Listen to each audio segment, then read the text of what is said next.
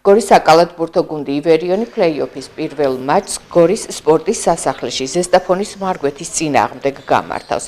თამაში 23 აპრილს 15 საათსა და 30 წუთზე დაიწყება. დასწრება თავისუფალია, როგორც კალათბურთელები ამბობენ, კარგად არიან მომზადებულები და წარმატების იმედი აქვთ.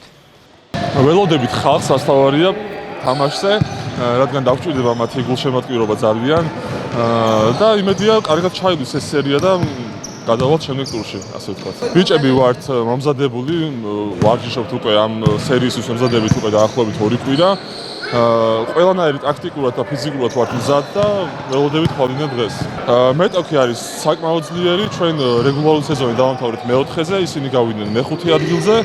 ასე რომ ძალიან დაძაბული თამაში იქნება ჩემი აზრით. ხვალინდელი პლეი-ოფის პირველ რაუნდში შევხვდებით მარგვეთის საკალათბურთო გუნდს, რომელიც საკმაოდ კარგი გუნდი არის და მეტყველებს ისიც როგორ ახლოს დავამთავრეთ რეგულარულ სეზონში ადგილების კუთხით ჩვენ მე-4-ზე გავედით, ისინი მე-5-ზე და მოედნის უპირატესობა მოვიპოვეთ და ძალიან ბევრს ნიშნავს ჩვენთვის ჩვენი მაყურებლის მხარდაჭერა და გულშემატკივრობა.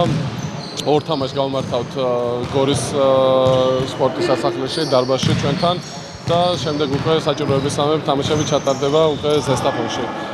მინდა მიმართო მაყურებელს, რომ თქვენი მხარდაჭერა ძალიან გჭირდება, იმიტომ რომ დამატებით ძალას мотиваციას გვაძლევს და კარგ სანახაობას, კარგ თამაშს გვირდებით და კარგ სერიას გასვავარია. გამარჯვების შემთხვევაში გავალთ ნახევარფინალში, სადაც ოპონენტი გაიმტკევა ბათუმს და ქუთაისის მოგებულს შორის, მაგრამ ჯერ ზანადრი არის ამაზე ფიქრი, ჩვენთვის ყველაზე მნიშვნელოვანი არის ახლა ეს მე-4 ფინალური სერია.